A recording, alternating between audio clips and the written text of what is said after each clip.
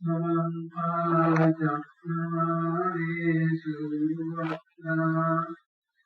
ගච්ඡන්තු දේවතා සම්දං විරාජ්ජේ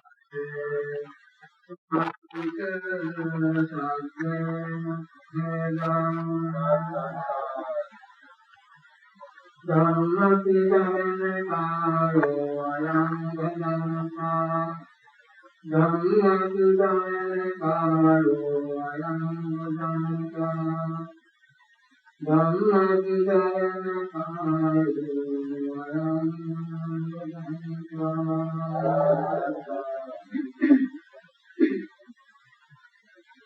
නමෝ තස්සේ භගවතු ආරහතෝ සම්මා සම්බුද්දස්සේ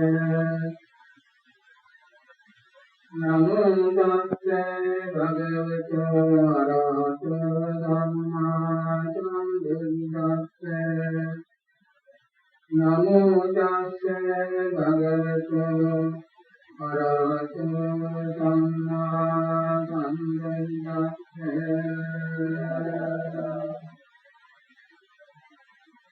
සම්බුද්ධාන්තිල සංසං පඤ්ඤාසුඛානිකේ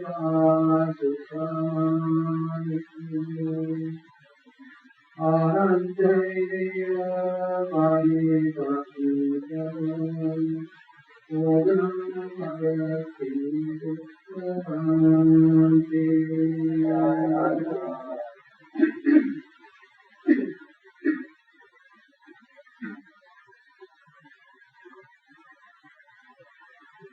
යොමුන්නේ එමන් පොය දවසේකම ඒක පමණ ධර්ම දේශනාවක් කරනම ආරාධනයේ පළතුන කර බොහෝ පින්තුන්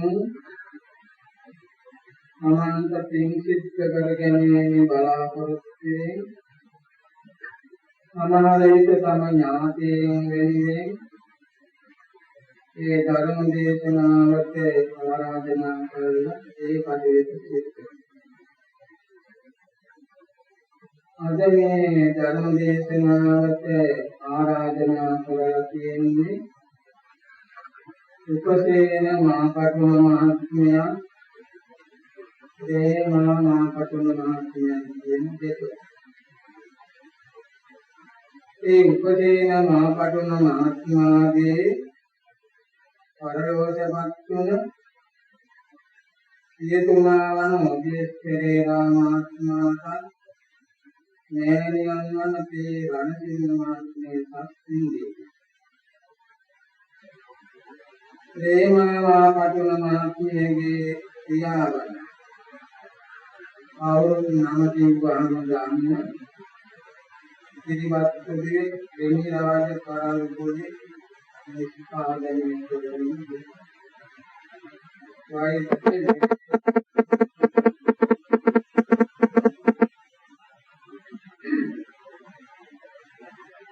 තමන්තියතුමා නෑනියන් වන දීයල් රුක්කුමා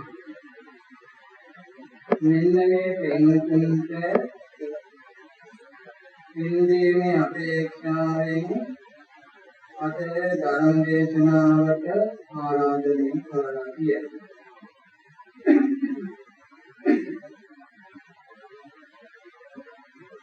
පැයක පමණ කාලයක් ධර්ම දේශනා කිරීමට බලාපොරොත්තු වෙනම මේ උපදේන මහපටුන මහත්මයා දේවා මහපටුන මහත්මයා එම පොයකදී මේ ඉස්සරහින් වාඩි වෙලා වන භාවනා කරන මේ කටයුතු කරා. දේවා මහපටුන මහත්මයාගේ සහෝදර කෙනෙක්. මේ අයත් ඇවිල්ලා අද මේ නාවල් දාන පූජා කරන සිද්ධ කළා කවුරු එකතු වෙලා බොහෝ දෙනෙක්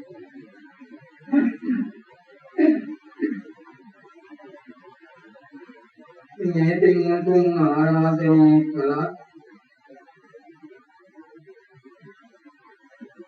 මේ භාවනා යෝගීන්ට ප්‍රයෝජනවත් වන භාවනාවට අදාළ වන කරුණු ටිකක් තමයි හැමදාම කියන්නේ. ඒවා පාඩ වුණා අහලා තේරුම් ගැනීම ප්‍රයෝජනවත් වෙනවා. නැවත විතර කාල සීමාවක් මේ ධර්ම දේශනාව පවත්වනවා. හැමදෙනාම හොඳින් අහන ඒ කාර්ය කුසලය සම්පූර්ණ කරගන්නට ඕන.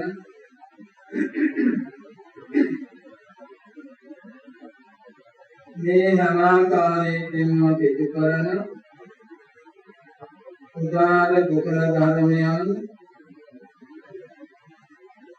ඒ උපදීන මාපටන ප්‍රේමා මාපටන යන දෙන්තුන්ගේ මෞපියන් ඇතුළු ඒ හැම දිනාටම පිළිවෙලා ඊ අය ප්‍රාර්ථනා කරන බෝධියකින් උතුම් නිවන් සුව අවබෝධ කරගනිත්වා කියලා මේ හැම දිනාටම මේ කරගන්න උදාර කුසල බලයේ හේතුවෙන් තම තමන් ප්‍රාර්ථනා කරන බෝධියකින් උතුම් නිවන් සුවපත් වේවා කියලා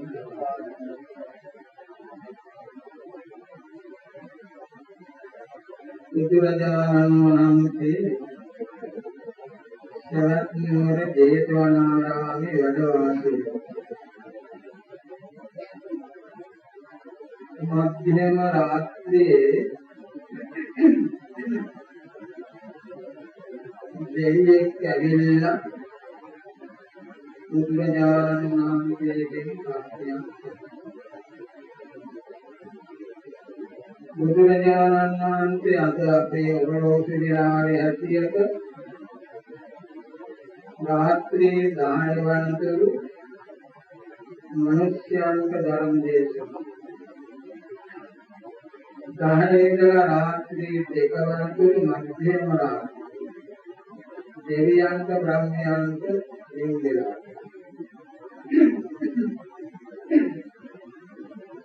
ඉන්නේ දෙවිය බ්‍රහ්මය ඇවිල්ලා තමන්ගේ සැක විචාරණ මේ කර්ම විචාරණ බුදුරජාණන් වහන්සේගෙන් වන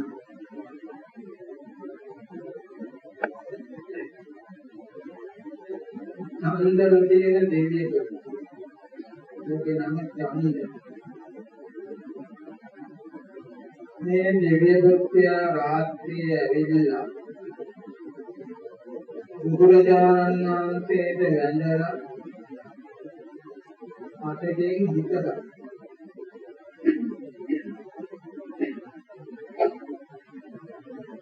දෙවියන් පිළිබඳව දේශනාව වලදී හැම දෙවියෙක්ම මේ හිතගෙන තමයි බුදුරජාණන් වහන්සේගෙන් කරුණාන වනවා.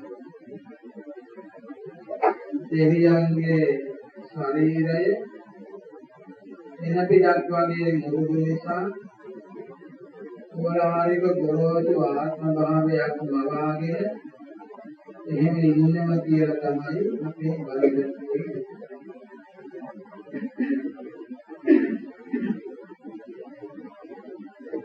බුදුරජාණන් වහන්සේට වැඳලා පසකින් හිතගෙන මේ දෙවිය බුදුරජාණන් වහන්සේගෙන් ප්‍රශ්නයක් අහනවා. මේ චන්දන සූත්‍රයේ කියන එක කොහොම ඉස්සර නේද කඩේ මේක මේ සාරායේදී දේශනා කරලා තියෙනවා.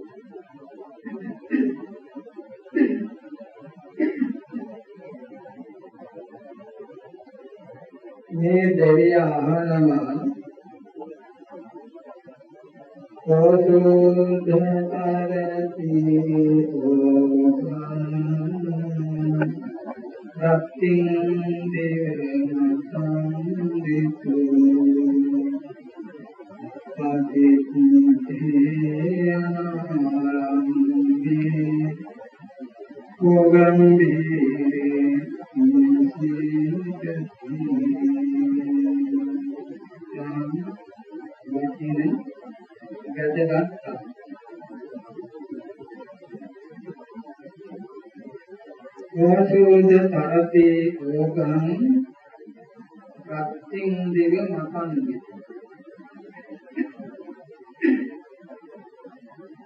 රාජවල් දෙකේ අනලසක කටයුතු කරලා වීරිය වඩ අවරණම් කෙනෙක් ඕකතරණය කරනවා. අපපතිත්තේ අනාරම්භේ ඕගම්භීරේ නැසී උඩින් පිහිටා සිටින්න තැනක් නැති, ඉතින් උඩින් එල්බගෙන ඉන්න තැනක් නැති, යටින් පිහිටා සිටින්න තැනක් නැති ගැඹුරේ අවල කෙනෙක් නම් නොගිලී සිටියි. මේ ප්‍රශ්න දෙකක් මේ දෙවිය බුදුරජාණන් වහන්සේ කෝෂුධ තරති ඕගං භක්තිං දිවන රාජවල් දෙකේ වීර්ය කරලා වේතනාන්ති වෙලා අවරණම් කෙනෙක් මේ ඕගයන් තරණය කරනවා.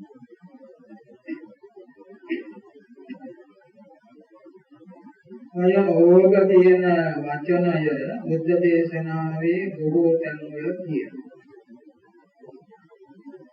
ඒක ආනෝග, භවෝග, නිත්‍යෝග, අවිද්‍යෝග කියලා හතරකට බෙදෙනවා. ආමයන් නැමැති යෝගය, භවය නැමැති යෝගය, විත්‍ය නැමැති යෝගය, අවිද්‍යාව නැමැති යෝගය. මේ විදිහට හතරකට බෙදලා.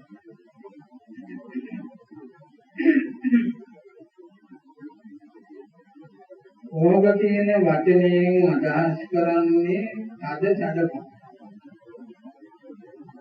ගඟ උදා වැහැලා ගඟේ ජලය පිරීලා ඉතාම වේගයෙන් මේ ජල කඳ පහළට ගලාගෙන යනවා. අන්නේ මේ වගේ ඒකද කියනවා ඕග. ඇයි මෙහෙම කියන්නේ? එක තේරුමක් තමයි මේක ක්‍රමයෙන් වැඩෙන්නේ. අඳ මුදුන් වලට වැස්සාම මේ වතුර එකතු වෙලා ටික ටික පාරට එනවා. පුංචි පුංචි අරකල වේදි පිරෙන ඒයන් උතුරලා හිටන් පුංචි ගංගා වාගේ වපිරෙනවා. ඒවත් පිරීලා මහ ගංගාවට ගිහිල්ලා මහා ජල කඳක් වෙනවා. මහා ජල කඳ වේගයෙන් පාරට ගන්නවා. මේව ටිකෙන් ටික වැඩි දියුණු වෙන නිසා ඒකට කියනවා ඕග. ඊළඟට මේකෙන් ඈතර වෙන්නත් හරිම මහා පදසක එක්කුණත් තමුණුත් ගසාගෙන යන තරම් පදසක හරිම අමාරුයි මේකෙන් ඈතරට යන්න. ඊළඟට මේක ගලාගෙන යන්නේ මහා සමුද්‍රය. මේවත් මග නවතින්නේ නැහැ. මහා සමුද්‍රේ කරාම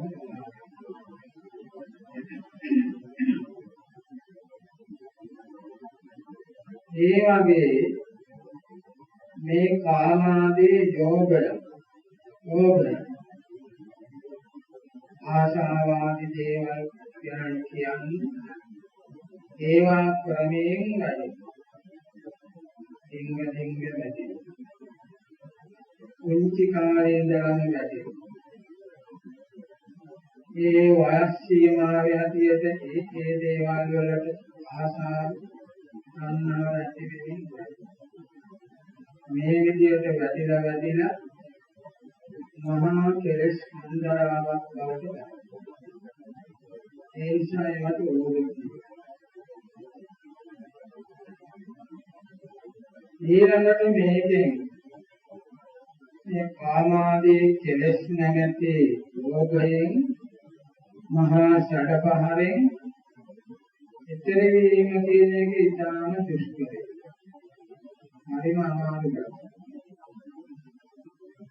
දැන් කරලා ලොකු උත්සාහයක් අරගෙන එහෙම තමයි මේ මහා ෂඩපහරෙන් ජල පහරෙන් ඊතර වෙන්නේ. ඊතර වෙන්න අමාරු නිසා රෝගේ මේ ෂඩපහර තරණය කරන්න කැමති කෙනෙක් නිවන් මඟ නැමැති පහුරට නගලා මහ බුදුම ව්‍යායාමයක් අරගෙන ඕන මේ ෂඩපහරෙන් මිදෙන්න.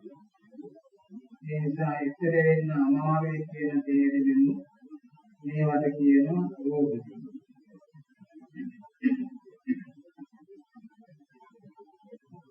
තව තේරුමක් තමයි මේක කොහෙවත් නවතින්නේ නැහැ. දෙලින්ම මහා සමුද්‍රේ කරාම ගසාගෙන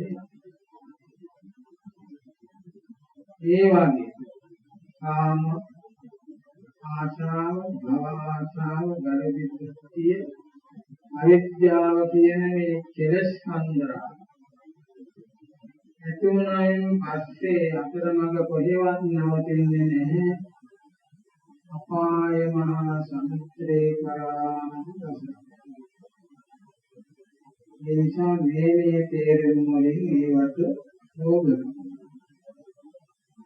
අපි ඊටාම සැකයෙන් සලකා බලනකොට ඉතේ යතේන කෙලස් වලට තමයි මේ රෝග කියන නම දීලා.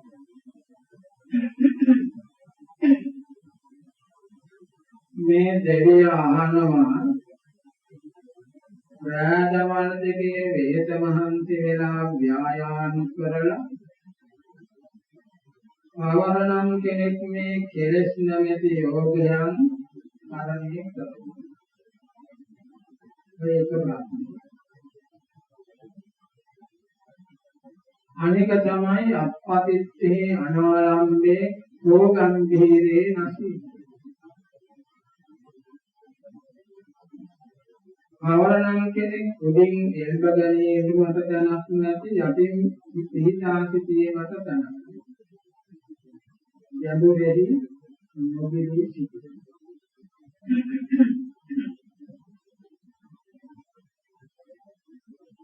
උඩින් බ්‍රහ්ම ලෝක ආදී දේවල් වල එල්බගෙන හිටියට වැඩක් වෙන්නේ ඒවත් අනිත් යටින් දිව්‍ය ලෝක, මනුෂ්‍ය ලෝක, සතර අපා කියන දේවල් පිහිටා සිටින්නේ නැති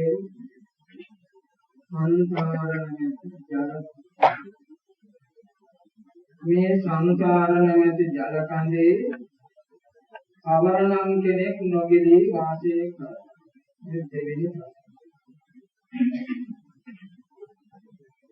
මේ විදිහේ ප්‍රශ්න දෙකක් බුදුරජාණන් වහන්සේගෙන් ආන්නති. ඊළඟට බුදුරජාණන් වහන්සේ වදාරනවා එකට උත්තරය. ඒක තමයි මාතෘකාව වශයෙන් තමයි.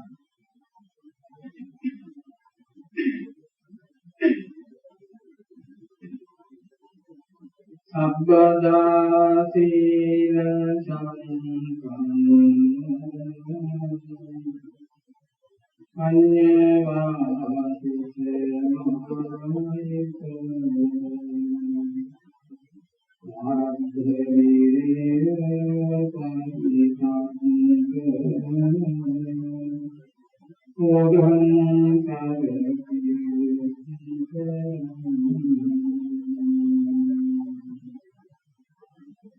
අර දෙවියන් මුලින්ම අහුවනේ අවරණම් කෙනෙක් රාදවල් වේස මහන්සි වෙනා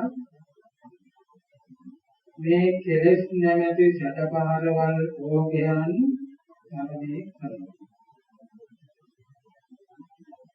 ඊළඟට බුදුරජාණන් වහන්සේ ඒක තරණය කිරීමට ක්‍රමයේ දේශනා.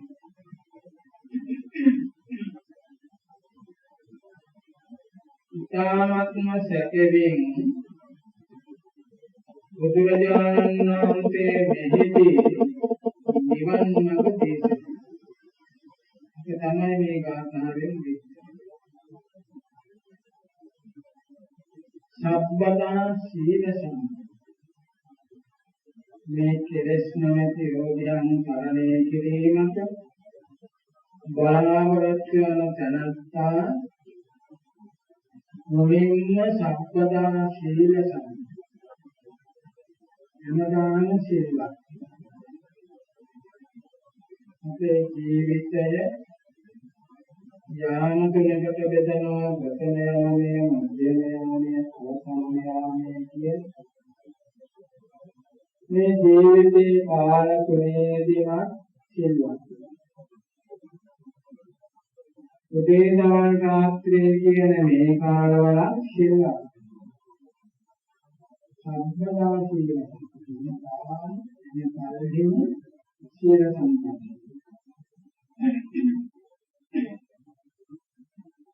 දෙවියන් අතරින්ට පිරුම් මේක කරන්න පංචශීලයේ පිළිපියාම අනුජාන සීල පුරුවන් ගලාවට අෂ්ටාංග සීල දස සීල ආරක්ෂා කරනකොට අනුජාන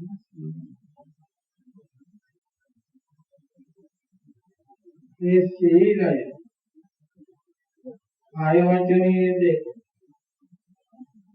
ඊටාම උත්සාහයෙන් ඊටාම පවිත්‍රව රැකීම තමයි සීල සම්පන්න වෙනවා කියන්නේ.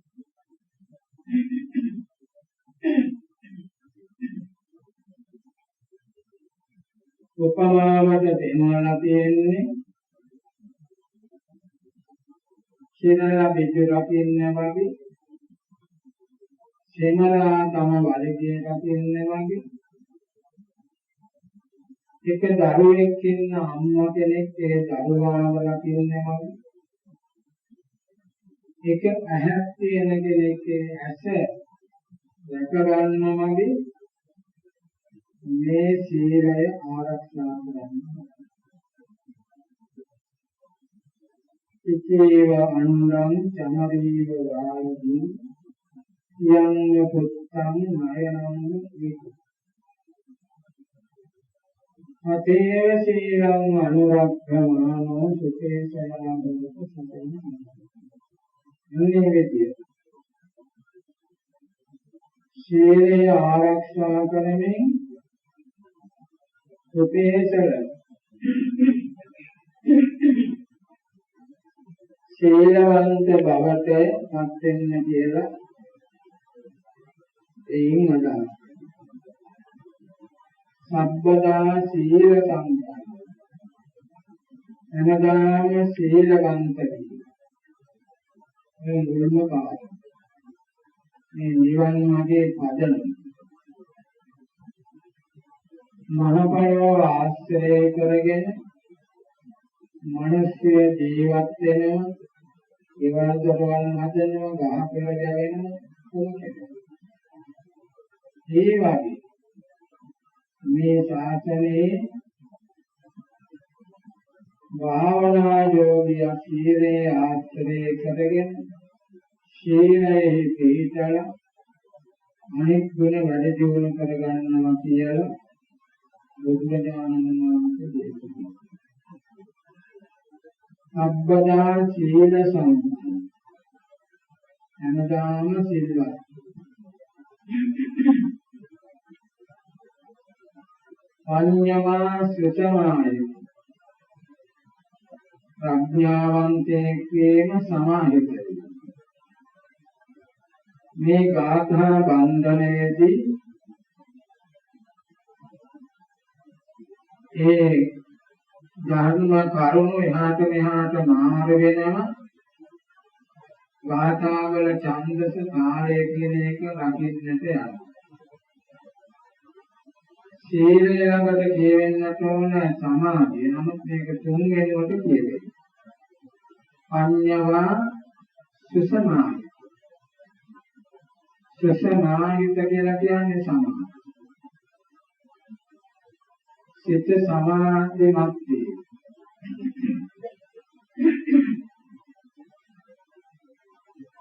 ඒක අටුවාවේ විස්තර කරලා තියෙන්නේ උපචාර අර්පණා සමාධි වලින් යුක්ත වීම.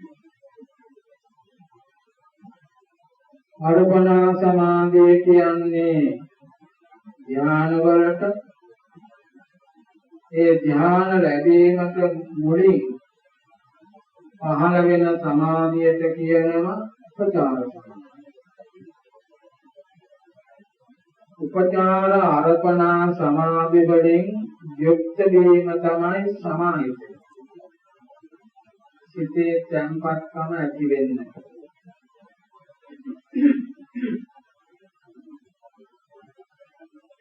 සිතට නිකම් වෙන්නේ. අපුංචි ධර්මයේ සමාන ඉතරෝ නිදාගත් වේලාවේ හැරෙන්න එහාට පනිනවා මෙහාට පනිනවා කොයි වෙලාවකවත් මේ පුංචි දරුවෝ වගේ තමයි. හිත කොයි වෙලාවකවත්ම නිකම්. හිතට මොකක් හෝ අරමුණක් අවශ්‍ය වෙනවා. අරමුණක් නැතුව ජීවත් වෙන්න බෑ.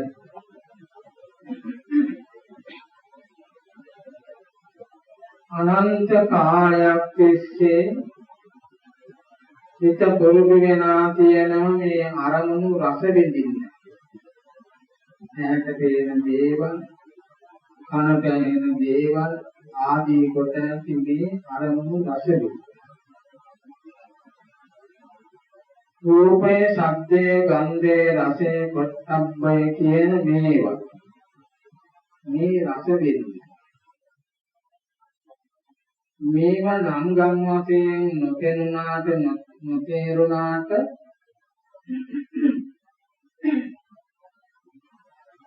අපිට ඇහැට ලස්සන රූපයක් හමු වුණාම ඒහා සම්බන්ධව මේ ඔක්කොම අරමුණු වෙනවා. ඒ අරමුණු ඔස්සේ හිත දුවනවා වැඩ කරනවා. මැෂින් එකක් වාගේ එහෙට මෙහෙට අරමුණෙන් අරමුණට පන්න. මේ තක්කොඩ භාගයක් කියන්නේ එකක් මතක් වෙන ඒ ඉක්මනින් වෙනත් එකක් මතක් වෙනවා කියන්නේ අරමුණෙන් අරමුණට යනවා. මේක තේරුම් ගන්න ටිකක් භාවනා කරනවා. හිත වැඩ කරනවා. හිතා වේග මෙහෙම මේක අරමුණෙන් අරමුණට යන්න ඕනහම හිතේ නෑ තැන්පත්.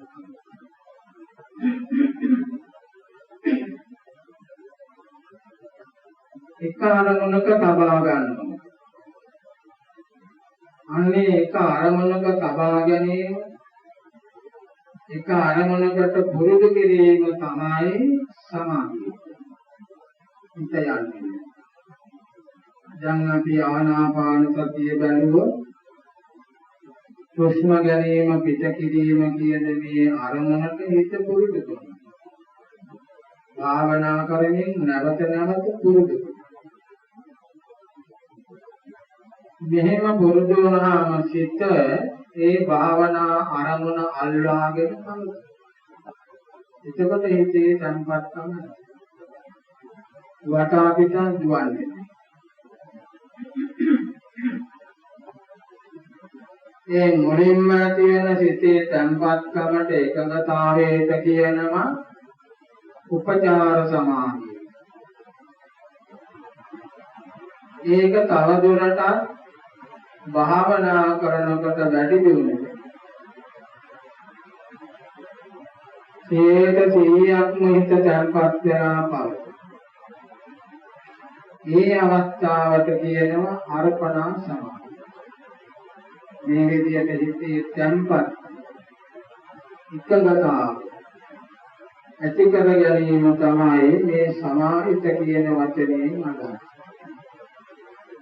අදී මාරු වෙනවා මේ ශාසනයේ ප්‍රතිපත්ති ධර්ම වලට.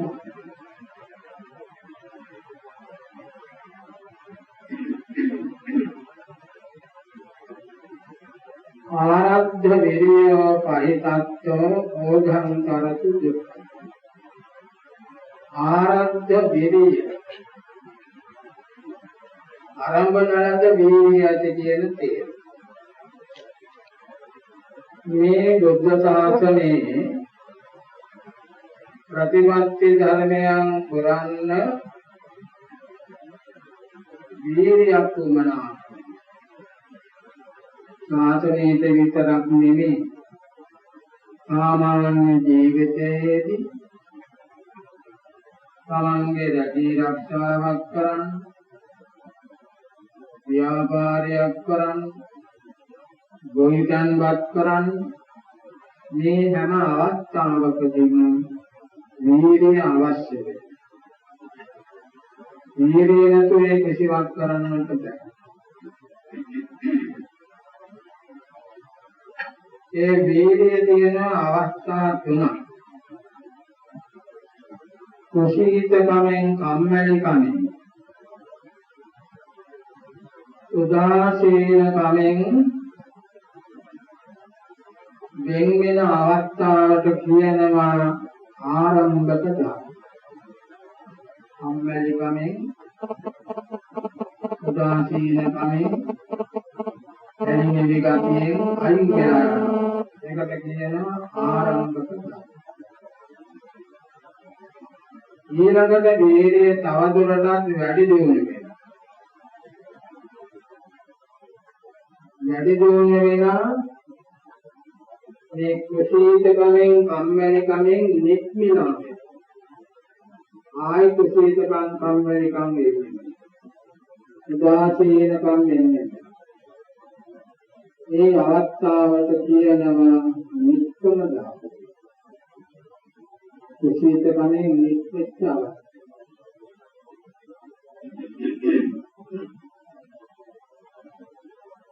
ඊළඟට තමන් යම් කිසිවක් බලාපොරොත්තු වෙනවා නම් ඒ තමන්ගේ බලාපොරොත්තු ඉෂ්ට කරගෙන මිසක්, සඵල කරගෙන මිසක් නවතින්නේ නැහැ කියන ස්ථිර අධිෂ්ඨාන තියෙනවා. ඒකට කියනවා පරක්කම ධාතු. මේ තුනෙන් පරක්කම ධාතු කියන එක තමයි වටිනා එක. දැන් සාමාන්‍ය ජනය මොකක් හරි වැඩක් ආරම්භ කරනවා. ව්‍යාපාරයක්, ඒකෙන්පතක් මොහොතේ මම මේක කෙලවරක් කරලා මේකෙන් ප්‍රයෝජනය ප්‍රතිඵලයක් ලබන තමයි නවතින්නේ කියන ස්ථිර අධිෂ්ඨාන ශක්තියෙන් යුක්ත වීර්යය මොන මේක සාර්ථක වෙනවා. ඒ වගේ මේ බුද්ධ ශාසනය සීල භාවනාදී කටයුතු කරන යෝගාවචරේ මම මේ භාවනාවෙන් මේ ප්‍රතිපත්ති ධර්මයෙන් නියම ප්‍රයෝජනයක්, ප්‍රතිඵලයක්, ප්‍රගතියක් ලබන්නේ නවතින්නේම නැහැ කියන ස්ථිර අධිෂ්ඨාන ශක්තිය කියනවා. අපේ බුදුරජාණන් වහන්සේ බෝධි සම්භාර පුරමින් ඇවිල්ලා මේ බුදු වෙන ආත්ම භාවයේ අවුරුදු 6ක් මේ මහා වීර්යයක් උනෑවට වැඩි වීර්යයක් ප්‍රක්‍රියා වශයෙන් ඊට පස්සේ බෝධි රාජානන් වහන්සේ ළඟට වැඩම කළා. මගේ ශරීරයේ මස්ලේ වේදනා ගිහිල්ලා අමයි ඇටයි මහරයි පමණක් ඉතුරු වුණා. මම ප්‍රතිලා නිසා මේ ඉරියව්ව වෙනස් කරන්නේ නැහැ කියන ඉස්තර අදිස්ථාන සම්පූර්ණ චතුරංග සමන්නාගත වීර්ය කියන එකේ විස්තර මේක තමයි පරක්කම. මේ බෝධිසත්වයන් වහන්සේ එහෙම කළා තමයි ඒ සම්පූර්ණ කරන්නේ. ආරද්ධ වීර්ය අනුබලද වීර්ය ඇති තැනැත්තේ කෙනෙක්.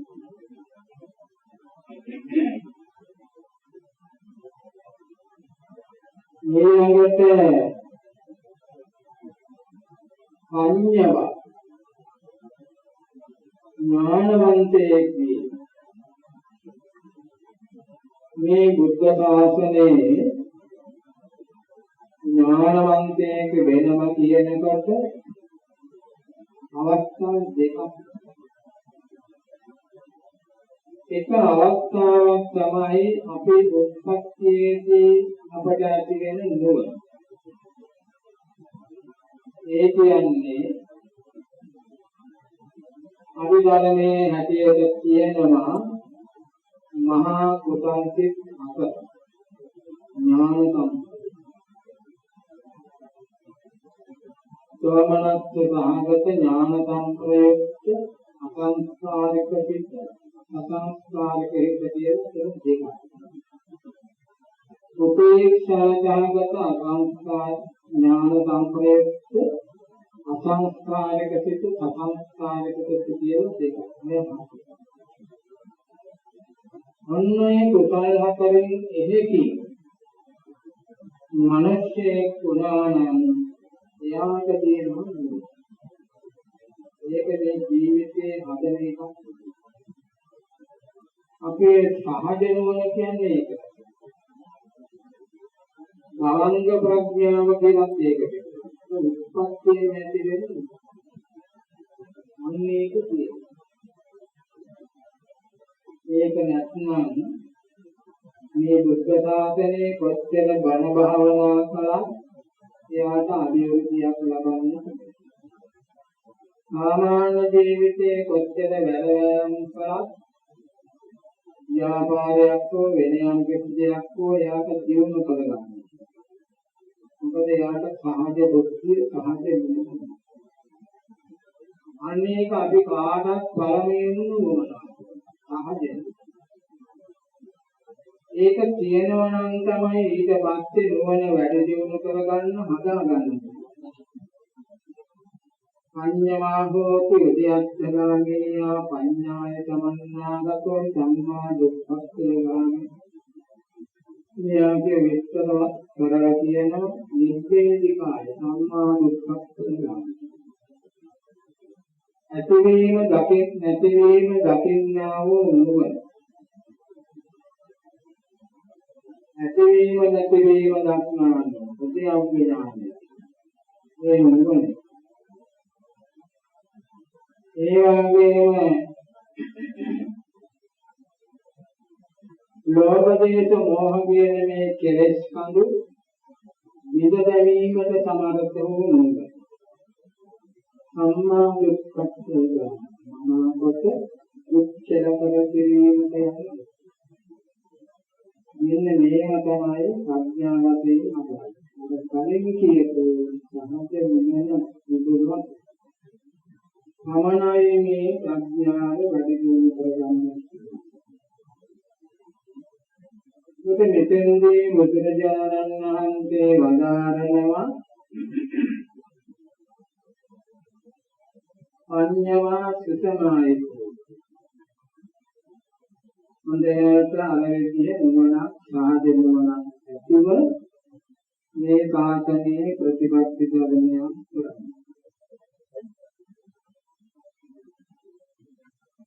මේ සහජ නුවණින් කියන හොඳට ජීවන වෙච්ච නුවණ උසස් නුවණ අර චෝමනස්ස සහගත ඥාන සම්ප්‍රයුක්ත අසංස්කාරික කියන අංක එකේ කුසල් සිත අන්න ඒවෙන් ඉපදුනහම වහවහ නුවණ දී බලායින් දෙති නුවණ දී ඉතින් මෙතන අදහස් කරන්නේ ප්‍රධාන වශයෙන් සීල භාවනා කටයුතු කරගෙන යනකොට තමන්ගේ ජීවිතයේ පිළිබඳ ඇති වෙන අවබෝධය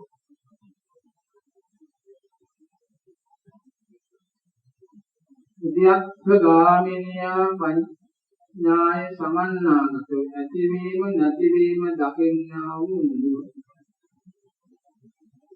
මේ බුද්ධ ශාසනයේ ප්‍රධාන ලක්ෂණය තමයි අනිත්‍ය ඇතිවීම නැතිවීම.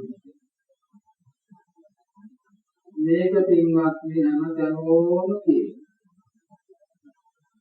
එහෙමනම් මේ මිනිස්යාන්ට මේක අවබෝධ වෙන්නේ හැමදැනම.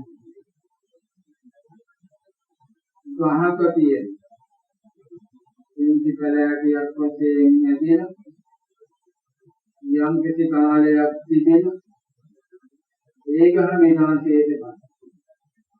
සමහර ඒවා වැඩි කාලයක් තියෙන සමහර ඒවා මේ අනිත් ඊළඟට ගතේ කොළයක් අපිපහෙන් දලුවක් ඇවිල්ලා මේක ඩිංග නෝරලා කොළ පැහැයට හැරිලා අන්තිමට පඳු පැහැයට හැරිලා නටුවෙන් ගලගෙන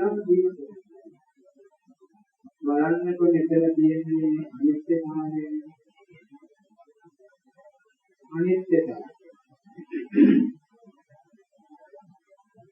මිනිස්සු ගැන බලුවාම මිනිස්සු උපදිනම එක කාලයක් වාසය කරනවා මරණයට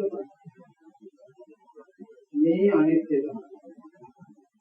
මේ අතරේදී අපට වේලාවකට සැප වෙන වේලාවකට දුක වෙන මේවා මාර්ගයේදී ඇති වෙනින් නැති වෙනින්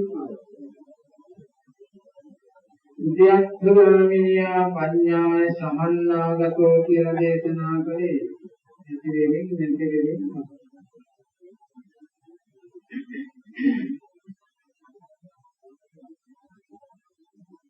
එතකොට මෙන්න මේ ගුණයන්ගෙන් යුක්ත වෙන ඊළඟට ආරද්ධ වේදියෝ පරිතත්ත්වෝ ඕගං කරති අරබලන දෙවියන්ති පහිත අතිදේශි තත්ත්වෝ කියලා විස්තර කරලා තියෙන්නේ මේ පහිතත්ව කියන්නේ නිවනට යන සිත්. නම් මේ සීල භාවනාදී කටයුතු කරන අයගේ හිත නිවනට නැහැ. ඔක්කොම කරන්නේ නිවන අවබෝධ කර ගැනීම බලාපොරොත්තුෙන් අපි. නිවනට ගමන සිත තියෙනවා. එහි කල්පනාවක් නැති ලෞකික දේතම අනිත්‍ය උදවියට අන්න ඒකටම නැමිච්ච හිතක් තමයි. ජවල් දෙකේ ලෞකික දේවල් වලටම නැමිච්ච හිතක්. ඉතින් එයාට ලේසියෙන් හොදෙන්න බලාපොරොත්තුෙන් කටයුතු කරනකොට ඒ පැත්තට යොමු වෙච්ච ඇලමුණ බරවුණ හිත. ඒකට කියනවා නිවනට නමුනා වූ සිත් ඇති තැන. ඕඝං කරති දුක්ඛ තරණය කිරීමට ඉතාමත්ම අපහසු මේ කෙලෙස් නැමැති යෝගය තරණය කරනවා කියලා මේ බුදුරජාණන් වහන්සේ තේරුම් ගන්නවා. මේ දේවතාවයන්ගේ කවරනම් කෙනෙක් මේ රැඳවල් දෙකේ බෙහෙත මහන්සි වෙලා මේ කෙලෙස් නැමැති යෝගය සැලපාර තරණය කරනවා. බුදුරජාණන් වහන්සේ වදාරනවා හැමදාම සිල්ය. ඉතේ තැන්පත්කම තියෙන, නොපසුබට උත්සාහය තියෙන, සහජ නුවණක් ඇතුළු මෙලෝ වශයෙන් නුවණ දියුණු කරගත්තු තැනැත්ත, නිවනට ලැබුණු සිතක් ඇති තැනැත්ත මේ තරණය කරන්නට අමාරු කෙලෙස් නැති යෝග්‍ය සමුදය. මේ පළවෙනි ප්‍රශ්නෙට උත්තර. විරතෝ කාම සංයෝගෝ රූප සංයෝගනාතුතෝ නමේ භවය පරිත්තේනෝ සෝදම්දේ දසීදති තාප්‍රඥාඛයන් අපපටිත්තේ අනාලම්බේ කෝගම්භීරේ නසීද. උඩින් එල්ලෙන්නට ලක්නේ. ඔය කියන්නේ බ්‍රහ්ම ලෝක ආදී. බ්‍රහ්ම ලෝක පංච සුද්ධාවාස කියන මේ අනාගාමී සිටින පහ ඇරෙන්න අනිත්‍ය. ඒ කොච්චර වේදනා හිටියත් ඇදහැරේ. ඉස්තරක එල්ලලා හිටින්න තැන කලක් ගිහෙලා ඇදහැරේ. ඊළඟට පිහිටා සිටින්න තැනක් නෑ කියන්නේ. දිව්‍ය ලෝක, මනුෂ්‍ය ලෝකේ, හතර පාය කියන තැන්වල ගුණාත්මක වශයෙන් එහෙම පිහිටා සිටින්න තැනක් නෑ. මෙහෙම තැනක් නැති හෝ ගම්භීරේ ප්‍රසිද්ධ කවරනම් කෙනෙක් මේ ගඳුරේ නොගිලී වාසය කරනවා. බුදුරජාණන් වහන්සේ වදාරනම විරතෝ කාම සංඥාය රූප සංයෝජනා චිගෝ. කාම සංඥායෙන් වෙන්නේ මේ කාම සංඥා කියන වචනයෙන් කාම ලෝකේ අදහස්. දිව්‍ය ලෝක 6යි මනුෂ්‍ය ලෝකයයි හතර පායයි කියන මේ 11 තැනට කියනවා කාම ලෝකය. විරතෝ කාම සංඥා. මේ කාම ලෝකයෙන් නික්මෙන.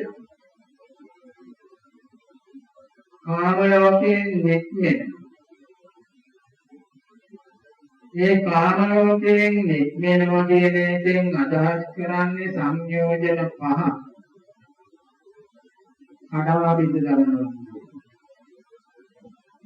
සසර බැඳ තබන, නැවත නැවත සසරට ඇදලා ගන්න බැඳීම් 10ක්. මේ ගුණින් පහක් තියෙනවා. සක්කාය දිට්ඨි, විචිකිච්ඡා, සීලබ්බත පරාමාස, කාමරාග, ව්‍යාපාද.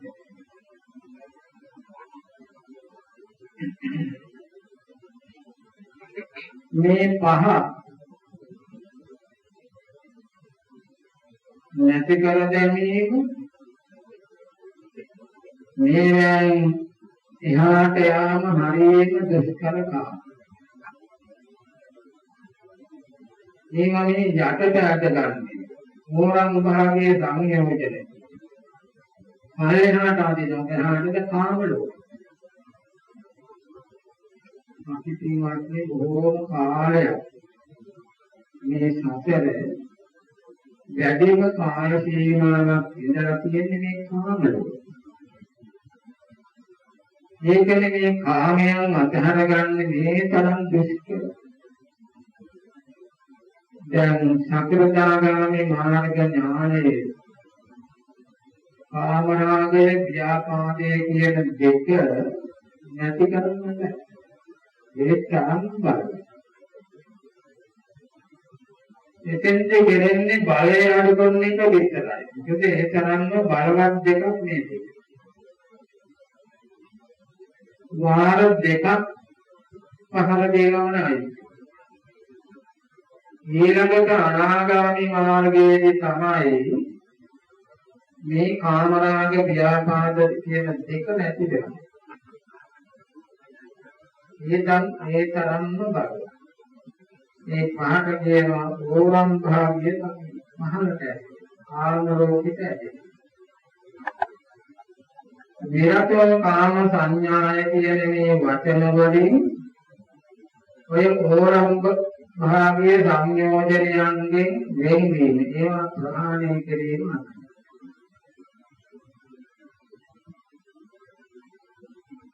රූප සංයෝජන තිබ්බෝ ඊළඟට රූප සංයෝජනයන් ඉක්මවනවා. දැන් තව තියෙනවා පහක් මේ සංයෝජන කියන ඒවා ඒවට කියන්නේ උත්තම භාග්‍ය සංයෝජන.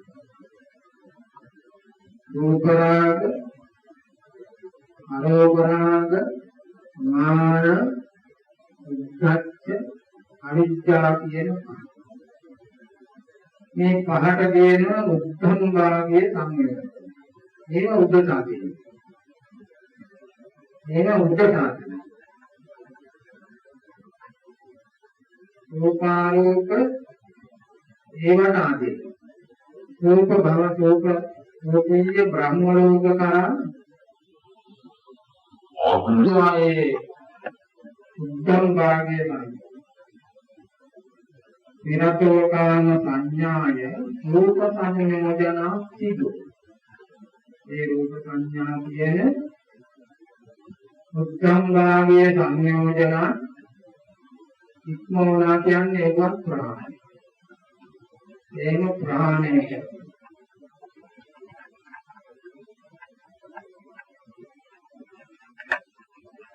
නන්දී භව පරිච්ඡේද. නන්දී කියලා කියනවා මේ භවයේ ඇලෙන එක. ප්‍රීතිමත් භවයේ ඇලෙන එකට නන්දී. නන්දී භව දැන් මිනිස්සෙකුටෙන් ගත්තොත් මොනම මිනිස්සෙකුට මේ මිනිස්සු ලෝකේ දැන් මට ජීවත් වුණා ඇති කියලා සෑහීමකටපත් වෙනවා.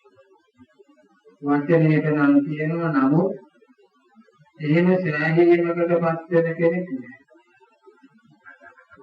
ඒකේ ඇදෙන මොන ආකාරයකින් හරි තවත් ටික කාලයක් ජීවත් වෙන්නට මඟ පාදා ගැනීමට තමයි මේක. දැන් තිරසන සත්‍යෝ ගැන බලන්න අපි කෝටුවක් කරගෙන ගහන්නේ නෙවෙයිවත්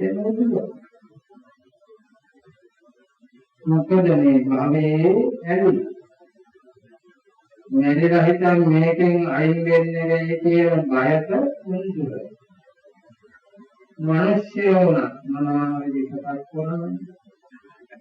දැන් සුනාමිය කියන එකව සුනාමිය කියන එක රැට ඒක දන්නේ නැහැ කියන කොටත් මිනිස්සු මොකද මේ භවයට තියෙන ගැදී නන්දී භව කියන්නේ නන්දී භවයට තියෙන ඇලී නන්දී භව පරිච්ඡේද ඒවා පරිච්ඡේද කියන්නේ ඔක්කොම ඉවර කරනවා. දැන් මොරල් භාගයේ සංයෝජන කියන පහකොත් අයින් කරලා දානවා. උද්ධම් භාගයේ සංයෝජන පහකොත් අයින් කරනවා. මේ පහ 10 අයින් කරාම ඉතුරු වෙන දෙයක් නැහැ. නමුත් සමහර තැන්වල තවත් එහාට ඒවා පිළිබඳව බුදුරජාණන් වහන්සේ නන්දී භව පරිච්ඡේද භවයේ පිළිබඳව තියෙන නන්දී ආශාව සියුම් ආශාව වෙහින ගලතන සෝගං දෙහිරේ නැතිද ඔහු මේ සංසාර සාගරයේ නැති ගැඹුරෙහි ගිරෙන්නේ නැහැ කියලා බුදුරජාණන් වහන්සේ දේශනා සංසාරයේ නැති ගැඹුරු ජලයේ මොහොතේ මේ දේවතා අහපු ප්‍රශ්න දෙකට බුදුරජාණන් වහන්සේ උත්තර දෙකක් දෙනවා. මේ උත්තර දෙකෙන් බුදුරජාණන් වහන්සේ වදාළේ මොකක්ද නිවන? මොනවද? සීලයේ පිහිට සමාධියේ දැන හොඳට උපදවන උත්සාහය ඇති කරගෙන ඥානය ඇති කරගෙන නිවනට දැනුන කිත්තතු වාසය කරනකොට ඒක තමයි නිවන. අන්නේ තනත්තාට මේ තරණය කරන්නට ඉතාම දුෂ්කර අමාරු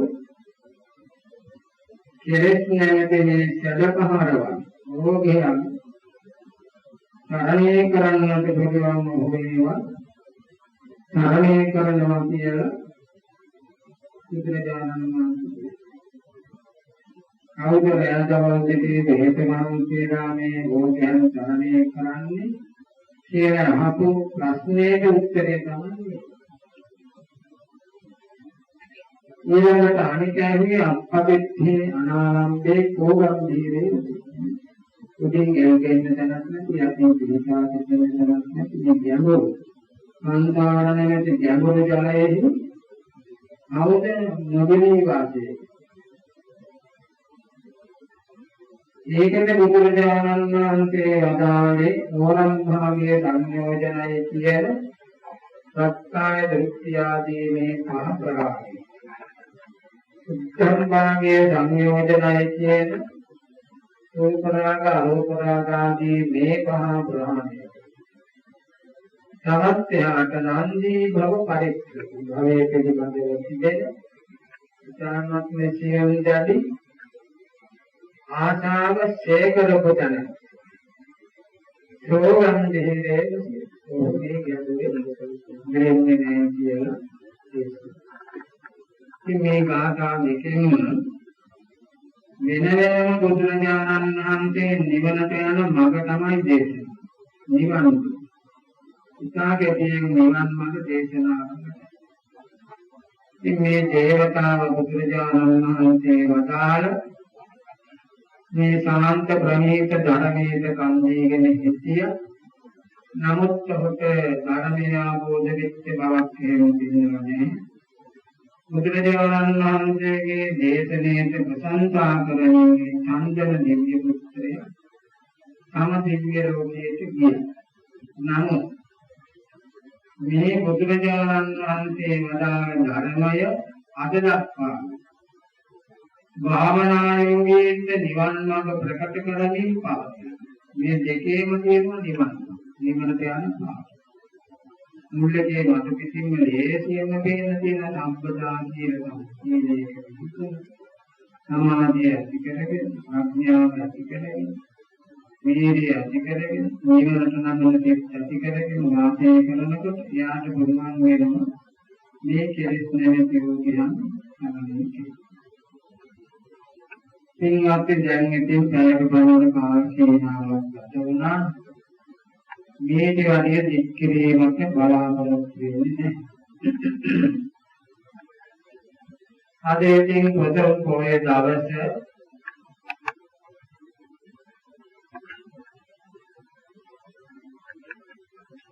ගුවන් විදුලියේ පත්තරේ හැමන තැනම විස්තර තියෙන නිසා අපි ඒවට වහින්නේ නැහැ. නමුත් මේ වගේ දවසක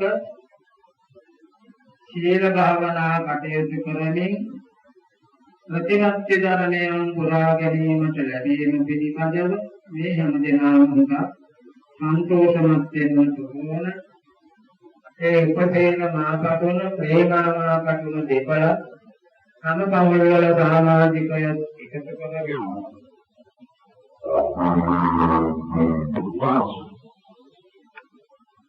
මේ ස්ථානයේ කවදා ඒ වගේ කරුණ තමයි ප්‍රකාශ කරන්නේ. සාමාන්‍ය ජනයාට හැදෙන්න කරුණු කරලා දෙනවා නෙවෙයි, භාවනා පිළිබඳව තමයි ධර්ම දේශනා කරන්නේ. හැමදෙනාම ඉතා හොඳින් ධර්ම ශ්‍රවණය කළා.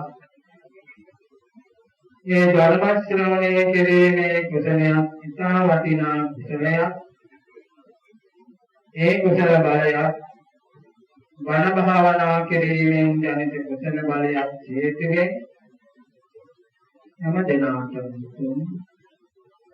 අනාහං දකින්න වාසනාවයි. අද විශේෂයෙන්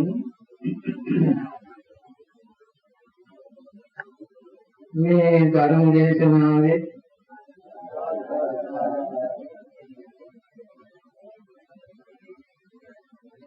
දායකත්වයේ දරන්නේ උපදේන මහපතිරයන් ආදී මතක් කළ හැටියට මේ අවස්ථාවේ ධර්ම ශ්‍රවණය කරලා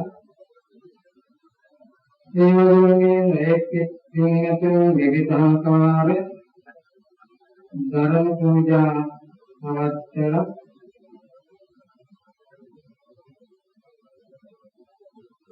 පුණ්‍ය ධර්මයන් සිද්ධ කළා. ධර්ම පූජා පැවැත්වීමත් වටිනා කුසලයක්.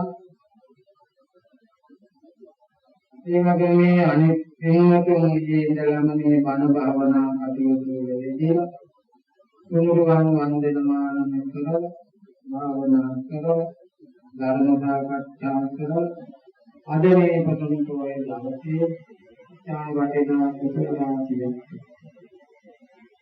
මේව තමන්ට කවදාවේ තමන්ගේ බලාපොරොත්තු සඵල කරගෙන අවසානයේදී තුන්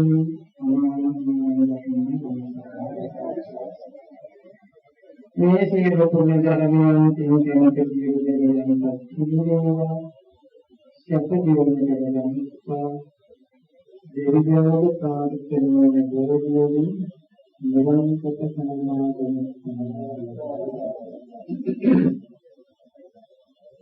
අද මේ ධර්ම දේශනාවට ආරාධනය කළ ඒ වගේම දහවල් වද මහා දාන පූජා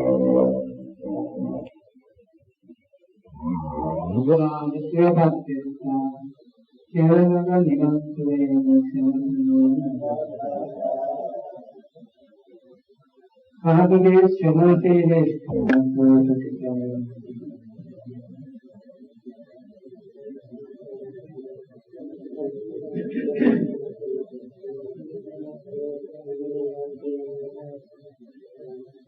අද මේ ධර්ම දේශනාවට ආරාධනය කරන උපකේ දෙනවා පතුරු දේනවා පතුරුගෙන ඉතිරිවා.